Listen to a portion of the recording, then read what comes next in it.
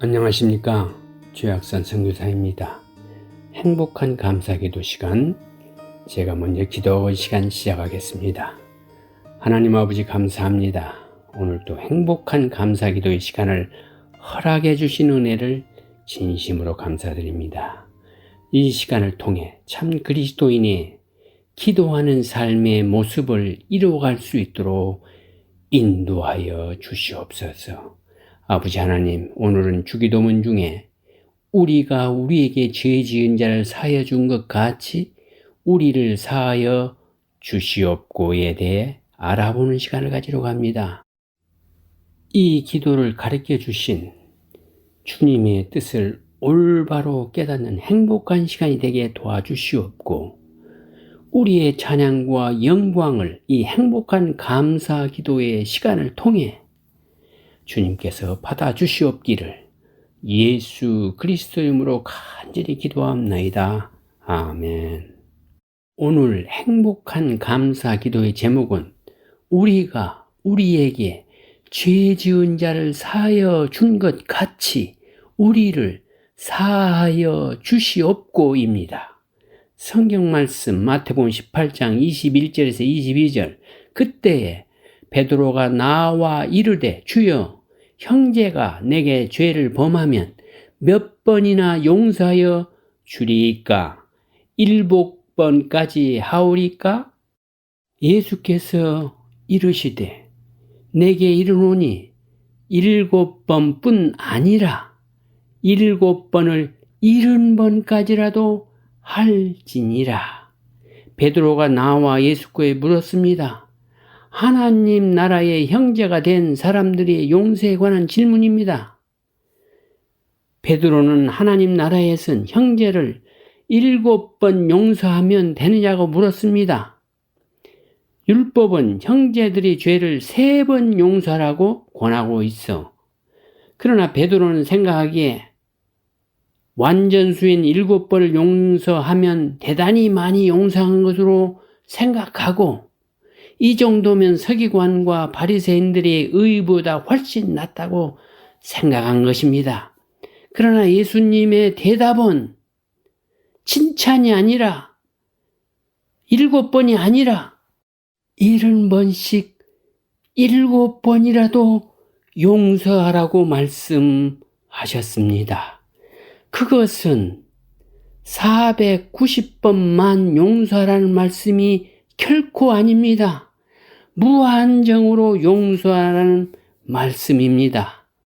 여러분, 하나님 나라는 용서의 나라이고 하나님 나라의 백성의 공동체는 용서의 공동체입니다. 끊임없이 용서가 선포되는 곳, 그곳이 바로 하나님의 나라인 것입니다. 하나님 나라의 백성인 우리 그리스도인들 역시 실수하고 잘못합니다. 넘어지고 쓰러집니다. 그러나 그때마다 계속해서 용서가 선포되기 때문에 우리에게 좌절이란 있을 수 없고, 가슴에 새겨지는 지워지지 않는 상처들 또한 있을 수 없습니다. 우리가 우리에게 죄 지은 자를 사하여 준 것 같이 우리 죄를 사하여 주시옵고, 우리 모든 그리스도인들이 주기도문을 하면서 가장 많이 찔리는 부분이 바로 이 기도 제목이 아닐까 생각합니다. 우리가 우리에게 죄 지은 자를 용서해 주지 못하고 있는데 하나님께 우리 죄를 사하여 달라고 기도해야 하기 때문입니다. 그래서 우리는 이 기도를 드릴 때마다 양심의 가책을 받습니다. 용서의 삶을 살지 못하면서 용서를 구하기 때문입니다. 사실 헬라어 원문에는 죄라는 단어 대신에 빛이라는 단어로 쓰였습니다. 우리가 우리에게 빚진 자들을 탕감하여 준 것 같이 우리 빚을 사하여 주시옵고, 유대인들은 구약 시대 때부터 죄를 하나님 앞에서 빚으로 생각하는 개념에 익숙해져 있었습니다. 우리의 죄는 빚과 같아서 하나님과 이웃에게 손해를 입혔고, 따라서 빚진 사람에게 부채 상환의 의무가 있는 것처럼 죄 지은 사람에게는 응분의 대가를 치러야 할 의무가 있다는 것입니다. 그래서 사복음서에서 빚은 많은 경우 인간의 죄를 묘사하는 단어로 사용되었습니다. 이는 유대인들이 죄를 하나님에 대한 빚으로 보았고 또한 이웃에 대한 빚으로 보았음을 말합니다. 이것은 죄의 엄중함을 나타내는 것입니다. 또 여기서 용서한다로 번역된 헬라어 아피에미는 탕감하다, 없는 것으로 친다, 포기해 버린다, 잊어버린다라는 의미로 빚과 함께 많이 사용되는 단어입니다. 예수님 당시에는 돈을 구워 빚을 지면서 쓰는 차용증서가 정말 무서운 것이었습니다. 약속한 기간 내에 빚을 갚지 못하면 그 당사자와 아내와 그 자식들을 끌고 와서 빚이 다 계산될 때까지 노동을 시킬 수 있었습니다. 악독한 주인은 일부러 빚을 다 갚지 못하게 해서 온 가족을 평생도록 종으로 부리는 일도 있었다고 합니다. 그런데 빚받을 사람이 이 차용증서를 불에 태워버리면서 없는 것으로 해주겠다. 이제 빚 갚을 근거가 완전히 사라져버렸다. 이것이 바로 사하여 준다, 용서해 준다, 탕감한다는 의미입니다. 아주 기억 속에서 빼버리겠다는 것입니다. 하나님께서 우리의 죄를 용서하신 것도 똑같이 아피엠이라는 단어를 썼습니다. 히브리서 8장 12절, 내가 그들의 불의를 궁일히 여기고 그들의 죄를 다시 기억하지 아니하리라 하셨느니라. 우리는 모두 예수님께 빚진 자들입니다. 예수 그리스도로 말미암아 우리가 구원을 받았기 때문입니다. 그리고 우리는 서로에게 빚진 자입니다. 주께서 우리에게 구원의 복음을 전하라고 명령하셨기 때문입니다. 로마서 1장 14절 15절, 헬라인이나 야만인이나 지혜 있는 자나 어리석은 자에게 다 내가 빚진 자라. 그러므로 나는 할 수 있는 대로 로마에 있는 너희에게 복음을 전하기를 원하노라. 빚진 자로서 우리가 행해야 할 가장 좋은 일은 복음의 빚을 이웃에게 나누어 주어 그 이웃을 빚쟁이로 만들어 주는 것입니다. 요한일서 3장 16절, 그가 우리를 위하여 목숨을 버리셨으니 우리가 이로써 사랑을 알고 우리도 형제들을 위하여 목숨을 버리는 것이 마땅하니라. 한때 이 기도 제목이 문제가 된 적이 있었습니다. 우리가 우리에게 죄 지은 자를 용서해 준 대가로 하나님께서 우리 죄를 용서해 주십시오, 이렇게 들렸기 때문입니다. 물론 이런 해석은 전혀 완전히 잘못된 것입니다. 하나님께서 예수 그리스도를 통해 우리 죄를 용서하신 것은 우리의 공로가 하나도 안 들어 있습니다. 우리가 어떤 행위를 했기 때문에, 즉 다른 사람을 용서했기 때문에 하나님께서 우리를 용서한 것이 아닙니다. 하나님은 값없이 무조건적인 은혜로 우리를 죄에서 용서하신 것입니다. 용서는 하나님으로부터 나오는 것이지 내가 이 땅에서 다른 사람을 얼마나 용서해 주었느냐 하는 조건에서 나오는 것이 아니라는 것입니다. 전적인 하나님의 은혜입니다. 그래서 구원받은 것을, 용서함을 받은 것을 자랑할 수 절대로 없습니다. 에베소 2장 8절 9절. 너희는 그 은혜에 의하여 믿음으로 말미암아 구원을 받았으니 이것은 너희에게서 난 것이 아니요 하나님의 선물이라. 행위에서 난 것이 아니니 이는 누구든지 자랑하지 못하게 함이라. 사실 헬라어 원문의 어수는 우리의 죄를 용서하여 주소서, 우리가 우리에게 잘못한 사람을 용서하여 준 것 같이입니다. 핵심이 우리 죄에 대해 용서를 구하는 데 있습니다. 그리고 그 뜻은 하나님, 우리의 죄를 용서해 주시옵소서. 그와 동시에 우리도 우리에게 빚진 자들을 용서하겠나이다입니다. 여러분, 세상에서 가장 실행하기 어려운 두 가지가 있다면 무엇일까요? 오늘 이 기도 제목인 우리가 우리에게 죄 지은 자를 사하여 준 것 같이 우리 죄를 사하여 주옵시고가 이를 잘 말해줍니다. 그것은 바로 우리가 죄를 안 짓는 것과 내게 상처를 준 사람을 용서하는 일입니다. 사실 죄 짓고 싶어 죄 짓는 사람은 아무도 없습니다. 아무리 죄가 쾌락과 짜릿함을 준다고 해도 죄 짓고 싶다고 말하는 사람은 없습니다. 죄를 지으면 결국 후회하게 되어 있습니다. 하지만 우리 인간이 죄를 짓는 것은 우리가 죄인이기 때문입니다.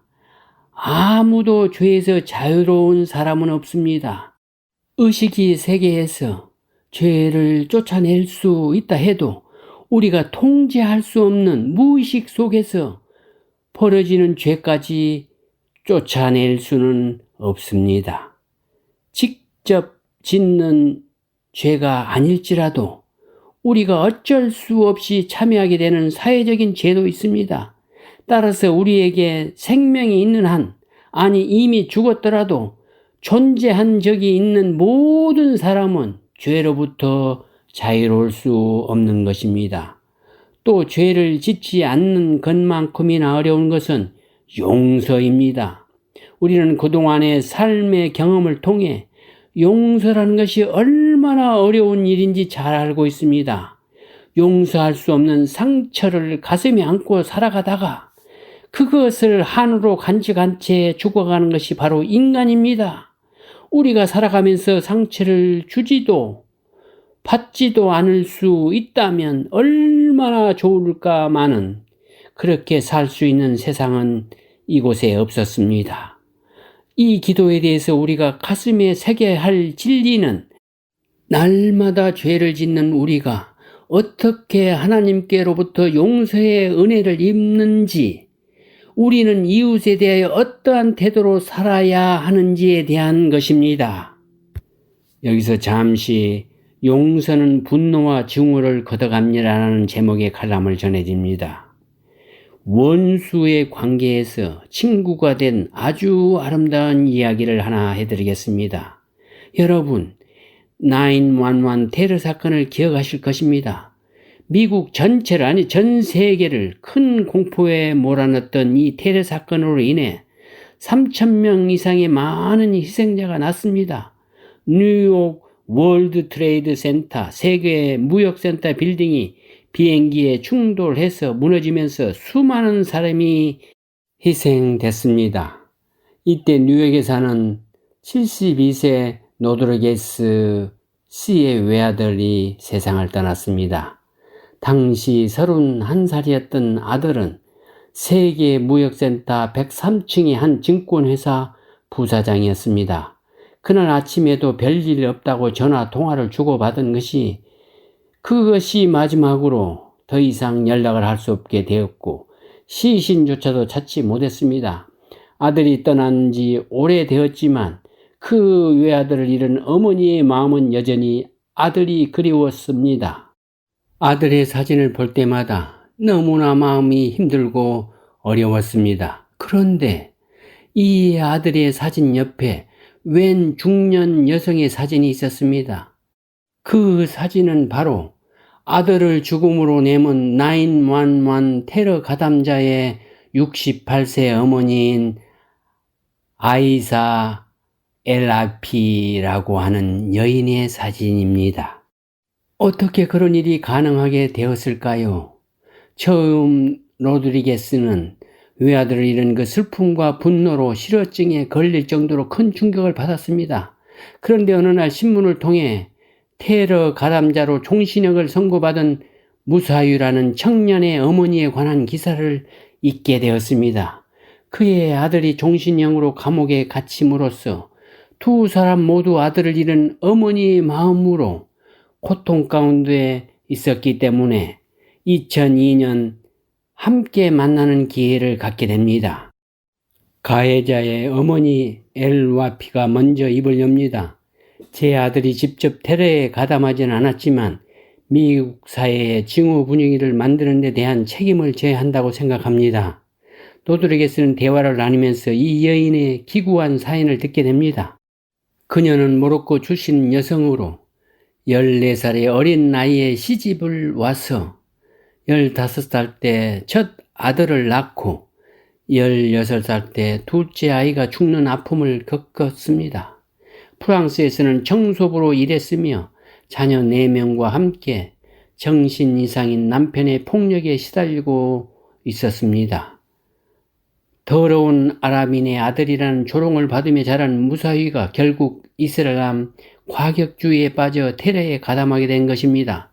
서로의 사정을 알게 된 두 어머니가 이후로 전화와 이메일을 통해 소식을 교환하면서 서로 위로의 친구가 됩니다. 로드리게스는 무사위에게 사형이 선고되었을 때 미국 정부의 반대 의사를 펼칩니다. 이 일이 소개되면서 많은 사람의 큰 감동을 받습니다. 독일에서는 이들에게 상을 주기도 했는데 로드리게스는 이렇게 말했습니다. 둘 다 아들을 잃었는데 나는 동정이라도 받지만 엘와피는 동정조차 못 받지 않습니까?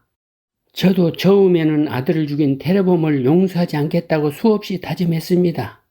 지금도 테러 행위는 용서할 수 없습니다. 하지만 어떻게 그런 행위를 하게 됐는지 과정을 이해하려고 노력하면 용서가 가능해집니다.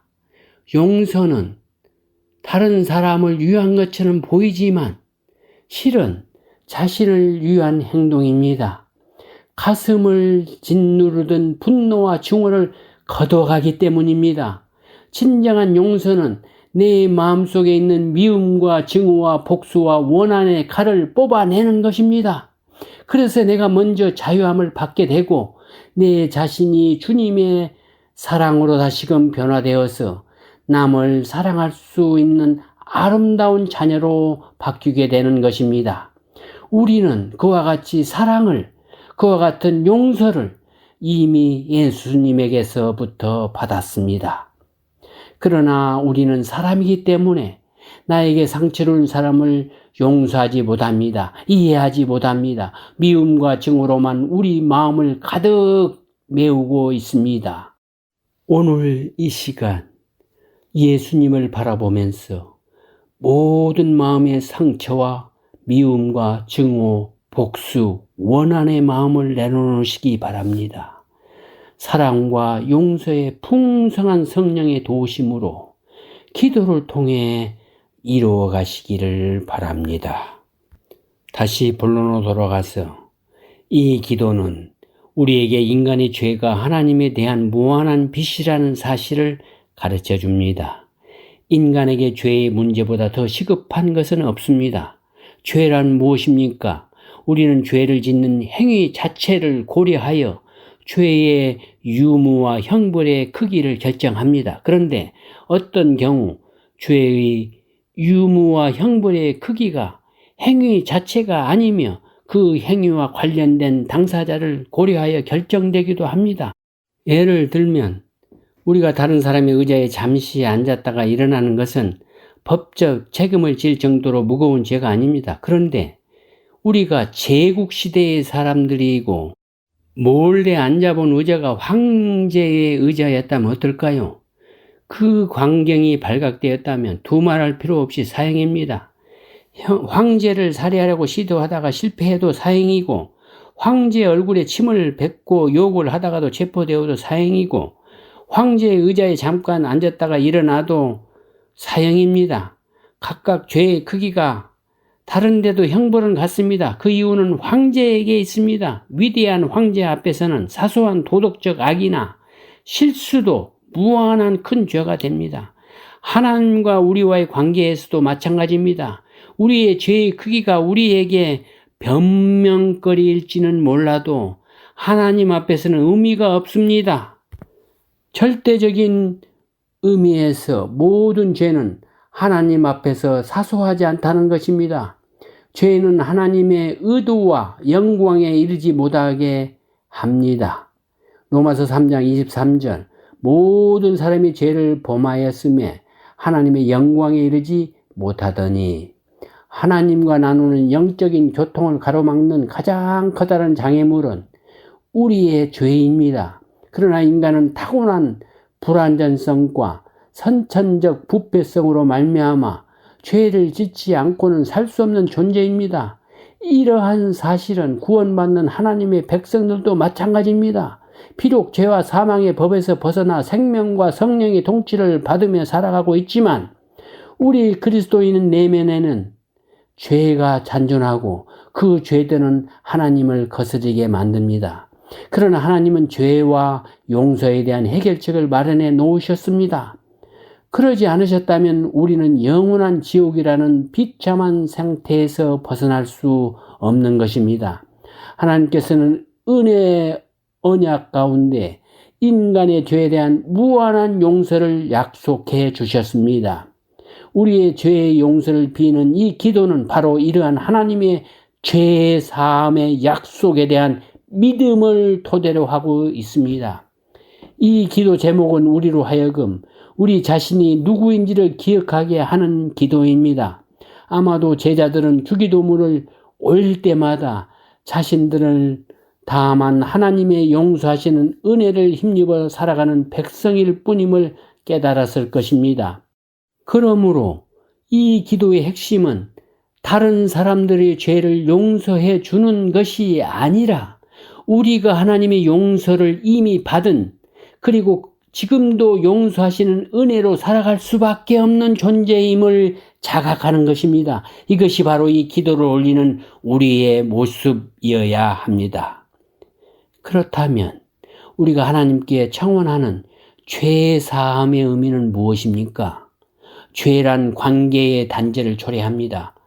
무엇보다 먼저 죄는 하나님과 우리 관계를 단절합니다. 거룩하신 그분과 우리 사이에 죄가 가로놓여 있으면 우리는 그분께 나갈 수 없습니다. 거룩하신 그분께 죄로 물든 더러운 존재 그대로는 더 가까이 절대로 다가갈 수 없는 것입니다. 그래서 우리에게 의로움을 덧입혀 줄 그리스도의 은혜가 필요한 것입니다. 십자가 사건은 바로 그러한 은혜를 우리에게 덧입혀주는 희생의 사건입니다. 예수 그리스도의 대속의 은혜를 통해 우리가 의로운 존재라는 칭호를 선고받은 후 은혜의 보좌이신 하나님께로 나갈 길을 얻게 된 것입니다. 이것이 바로 죄의 사함이 우리에게 필요한 이유이고 죄의 사함이 중요한 이유입니다. 하나님과의 관계의 단절은 곧바로 다른 사람들, 곧 이웃들과의 관계의 단절로 이어졌습니다. 죄는 하나님과 인간 사이뿐만 아니라 인간 사이의 관계에도 단절시켜 놓았습니다. 당연히 하나님과의 관계의 회복은 인간들 사이의 관계의 회복으로 드러나게 됩니다. 따라서 구원받은 하나님의 백성들 사이에서는 이전에는 볼 수 없었던 새로운 관계인 친밀한 교제가 일어나는 것입니다. 죄사함은 결과적으로 인간 사이의 관계를 회복시켜주는 것입니다. 그러나 하나님의 백성들은 여전히 성화의 과정에 있습니다. 따라서 온전한 사랑에 실패하고 전처럼 심각하지 않더라도 여전히 상처받은 존재로 이 세상을 살아갑니다. 거기에서 사랑을 완성시키고 상처를 치유하고 관계를 이어주는 것이 바로 용서인 것입니다. 죄의 사함은 또 나와 내 자아 사이를 회복시켜줍니다. 죄의 법 아래서는 참된 인간으로 통합된 삶을 살 수 없습니다. 마음으로는 하나님의 법을 즐겨하지만은 육신으로는 죄의 법을 섬기게 됩니다. 죄가 나와 내 자아 사이를 갈라놓은 것입니다. 그러나 죄 사함을 통해 우리는 나와 자아를 통합시킬 수 있게 됩니다. 그리스도 예수 안에 있는 생명의 성령의 법이 죄와 사망의 법에서 나를 해방시켜 주기 때문입니다. 우리는 죄 사함을 통해 관계가 회복됩니다. 먼저는 하나님과 이웃 그리고 자기 자신과의 관계가 회복되는 것입니다.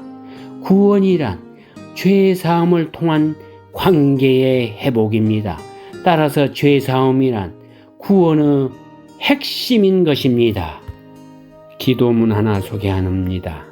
하나님 아버지, 제가 당신께로 가는 것은 제가 깨끗한, 더럽지 않은, 사랑스러운 인간이기 때문이 아닙니다.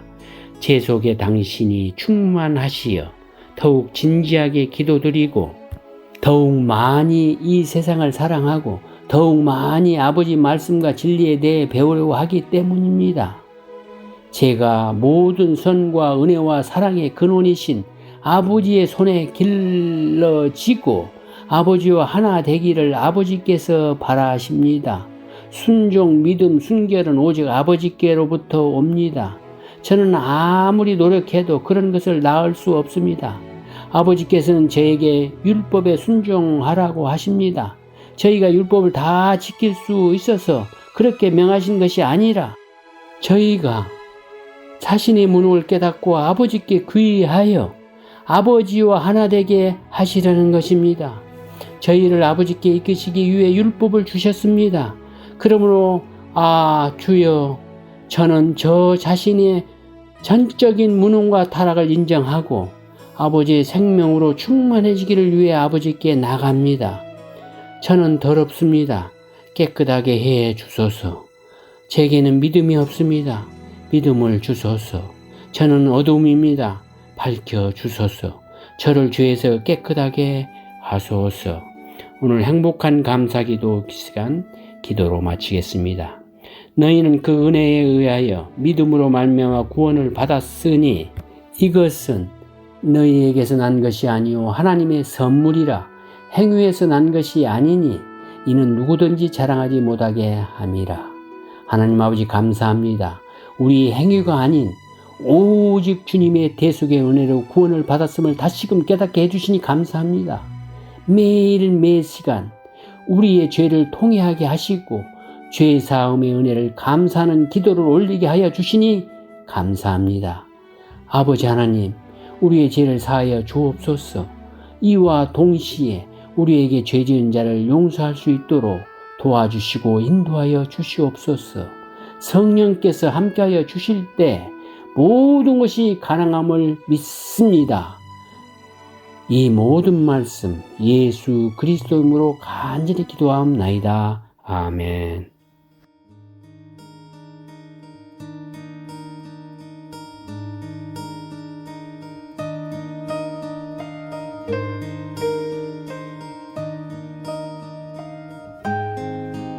네, 행복한 감사 기도와 감사 운동에 대해서 알고 싶으신 분은 꼭 연락 주시길 바랍니다. 감사에 관한 질문이나 의견 등 그 어떤 것도 좋습니다. 감사학교 프로그램도 진행하고 있는데요. 관심 있는 교회와 성도 또 단체와 기업은 연락 주시기를 바랍니다. 연락처는 최학선 선교사님 714-392-3229 714-392-3229번 또는 이메일 주소 ddschoi@hotmail.com입니다.